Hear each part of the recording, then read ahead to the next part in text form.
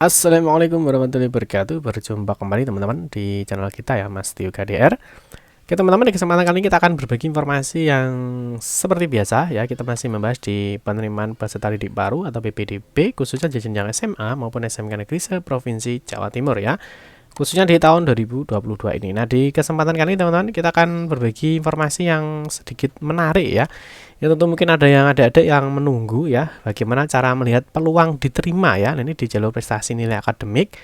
Ini sebenarnya sama ya untuk SMA maupun SMK sama. Cuma nanti insya Allah nanti SMK kita juga akan bahas di video kita sendiri ya.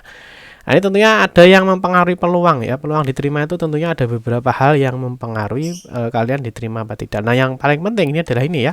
Pantau pemeringkatan sebelum daftar ini sangat penting ya, karena kalian akan melihat peluang kalian itu diterima apa tidak. Nah, untuk itu simak video ini sampai selesai biar nanti kalian tidak salah paham ya, sehingga kalian bisa menyiapkan diri ketika besok melakukan pendaftaran.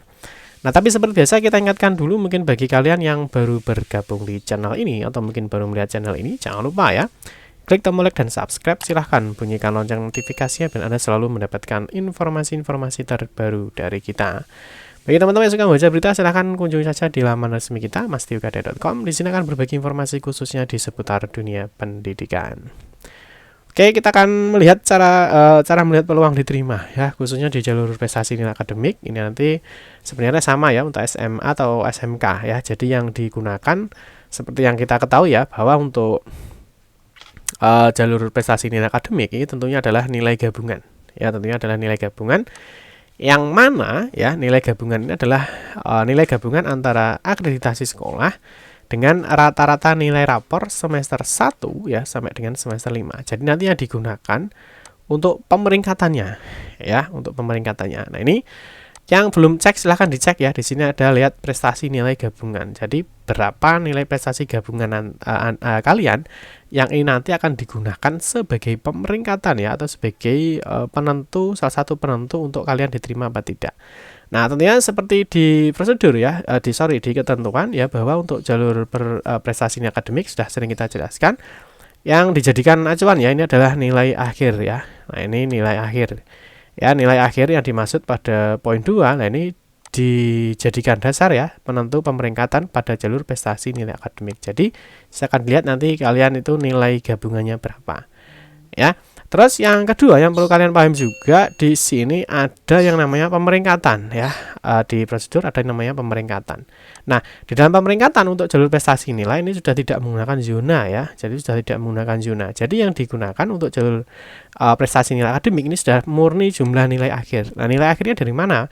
Dari tadi, yaitu dari rata gabungan nilai rapor dan juga dari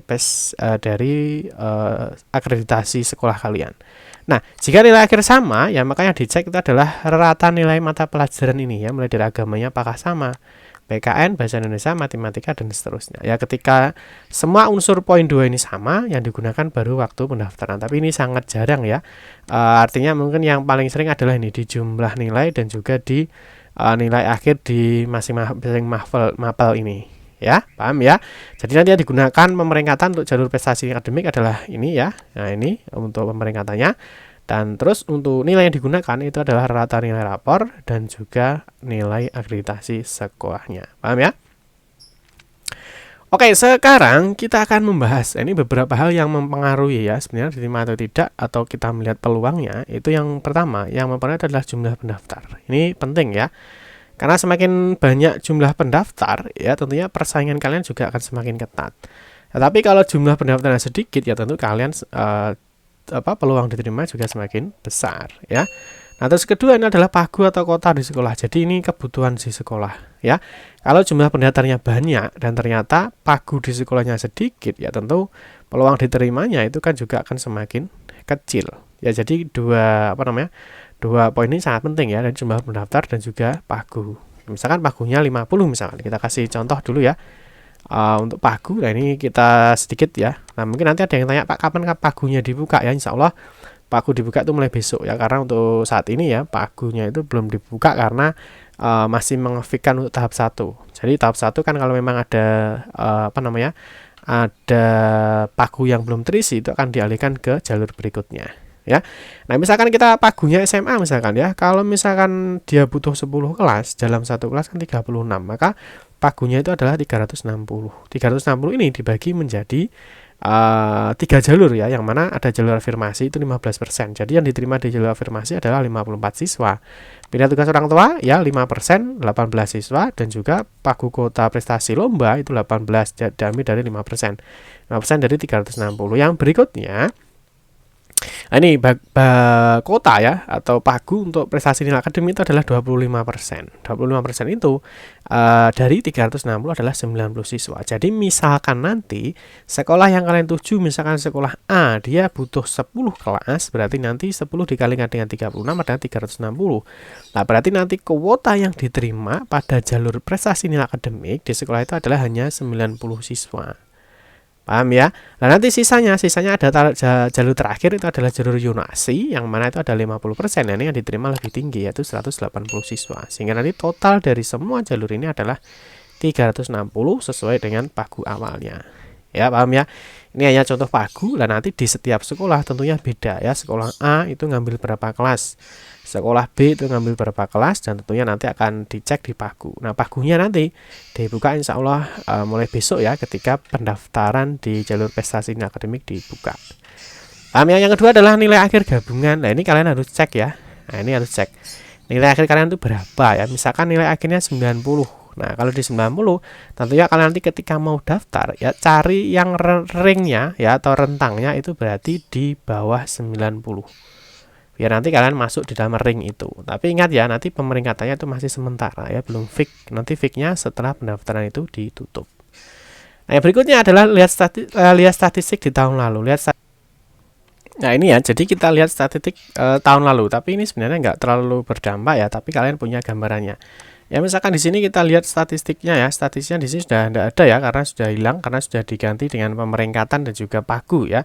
Nah, tentunya untuk statistik ini kita hanya melihat kemarin sudah dibuka ya. Kalian melihat di sekolah yang kalian tuju itu berapa sih kira-kira untuk statistiknya ya, paham ya? Nah, terus yang berikutnya, yang terakhir ini adalah cek pemeringkatan ya, atau perankingan sementara sebelum daftar. Ini yang sangat penting sekali ya. Sehingga nanti kalian di sini nanti ya, ketika kalian dari sini nanti ada pemeringkatan atau ranking. Nah, kalau statistik ini nanti akan dilihat nilai yang tertinggi dan nilai terendahnya itu berapa ya. Tetapi kalau ranking ya, itu adalah pemeringkatan sementara ya. Jadi yang nilainya lebih tinggi itu mana dia akan diambil, dia akan menggeser kalian ya. Terus yang ini ya, ini contohnya ya. Ini kalau misalkan kalian lihat di pagu, ini ada pagu sekolah, di sini ada pagu ya. Nah, di dalam pagu ini ya, di sini pagu setiap sekolah itu tentunya beda ya. Misalkan di sini kita kasih contoh pagunya adalah Kota Malang ya. Misalkan di sini untuk SMA Negeri 1 Malang, di sini untuk pagu yonasi ya. Ini ternyata pagunya masih yonasi ya. Harusnya kan di prestasi akademik ya. Ini mungkin datanya belum fix ya. Nah, di sini untuk pagunya, nah ini ada 170. Ini untuk jalur yonasi misalkan. Atau mungkin kita cari daerah lain ya. Kita coba daerah lain misalkan. Ya, kita coba daerah lain. Nah, di sini ada pagunya apa belum? Nah, di sini misalkan pagu sekolahnya, nah di sini sama ya. Masih menggunakan pagu yonasi. Nah, nanti dilihat misalkan SMA Negeri 1 Pare itu adalah pagunya 187. Ya, misalkan seperti itu ya. Nah, terus nanti di dalam pemeringkatan ya, di sini nanti untuk SMK juga sama, ini tinggal digeser aja. Nah, ini SMK. Misalkan SMK Negeri 1 Pelosok Klaten itu pagunya berapa? Ini pagu prestasi nilai akademik, nah ini sudah jelas ya, 21. Jadi nanti yang diterima di teknik otomotif itu adalah 21 siswa ya. Nah, terus di sini teman-teman, di pemeringkatan ini nanti ada pemeringkatan sementara. Di sini ada ranking ya namanya. Peringkatan sementara atau ranking. Dari sini ada pemeringkatan sementara atau ranking. Nah, di mana ranking ini nanti yang teman-teman pantau dulu ya, sebelum melakukan pendaftaran itu dipantau dulu. Ya, misalkan kita kasih contoh, misalkan di sini ada pemeringkatan sementara ya, atau rankingnya.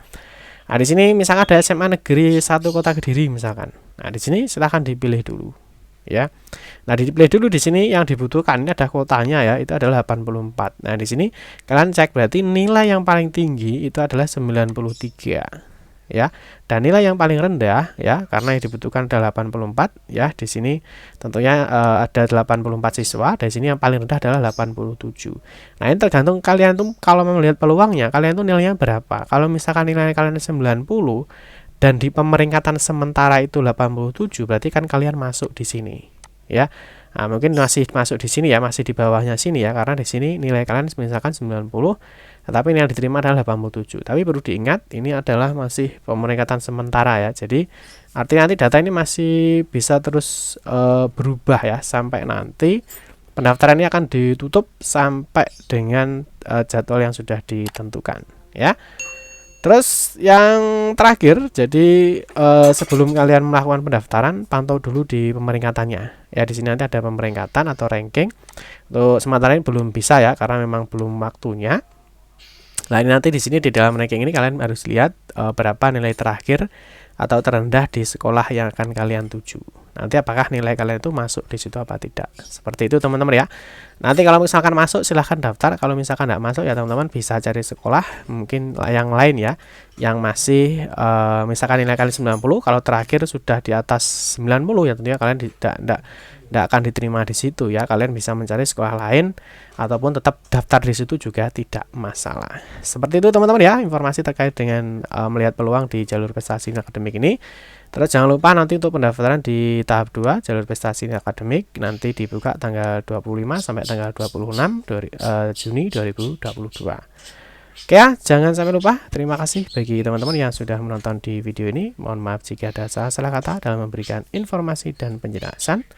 Kita berjumpa kembali di video-video berikutnya. Saya akhiri, wassalamualaikum warahmatullahi wabarakatuh.